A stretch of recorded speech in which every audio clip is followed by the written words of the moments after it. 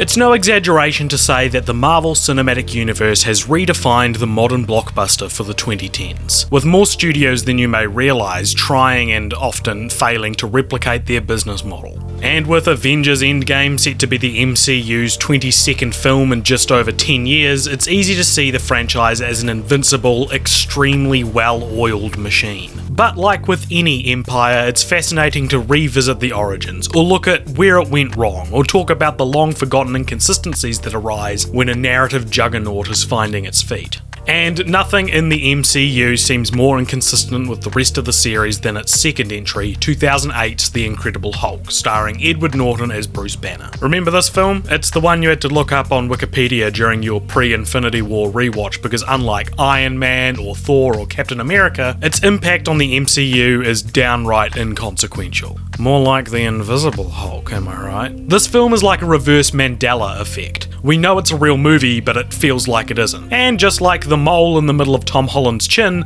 Marvel seems to want us to forget it ever existed.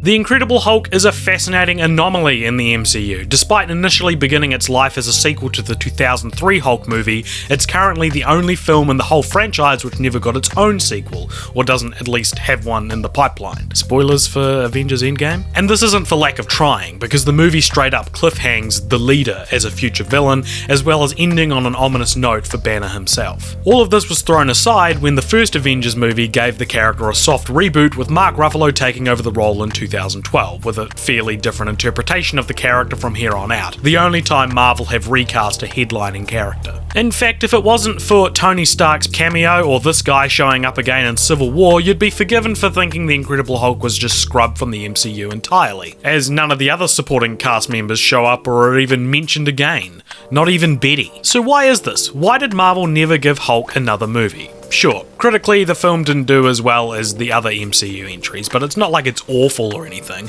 and worse movies in the series have still received sequels. Well, it all has to do with the good folks over at Disney, and the good folks over at Universal, and a lovely little milestone we like to call the acquisition.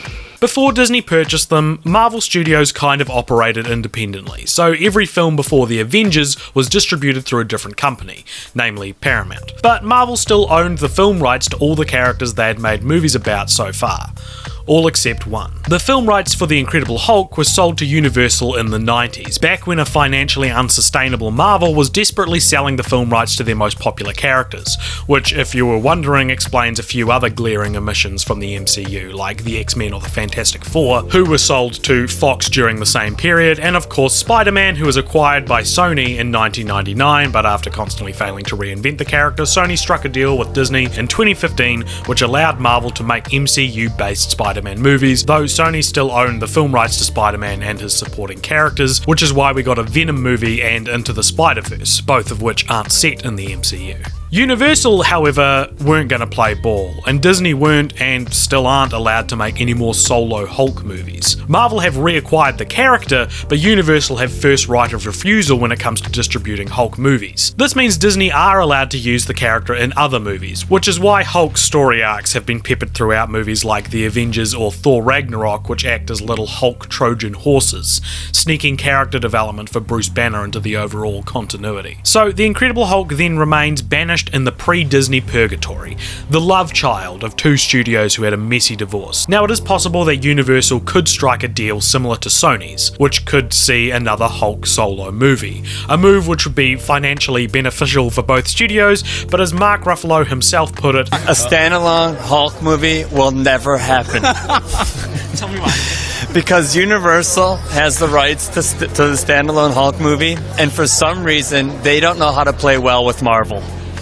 And they don't want to make money. And with you as the new Hulk, it would be terrible. So I guess we'll just have to wait for Disney to absorb Universal into their terrifying assimilated blob like they're currently doing with Fox, before we can finally see what Tim Blake Nelson's leader is all about. So what do you think, dear watcher? Would you like to see Ruffalo lead a Hulk film in the future, or does Hulk work best as a supporting character than a front and center role? Or are you just kind of OCD like me and you're kind of furious that this feels like the only loose thread in the Marvel Cinematic Universe that really kind of stands out and needs wrapping up? Let me know down below, and we'll see you next time on cult Popture.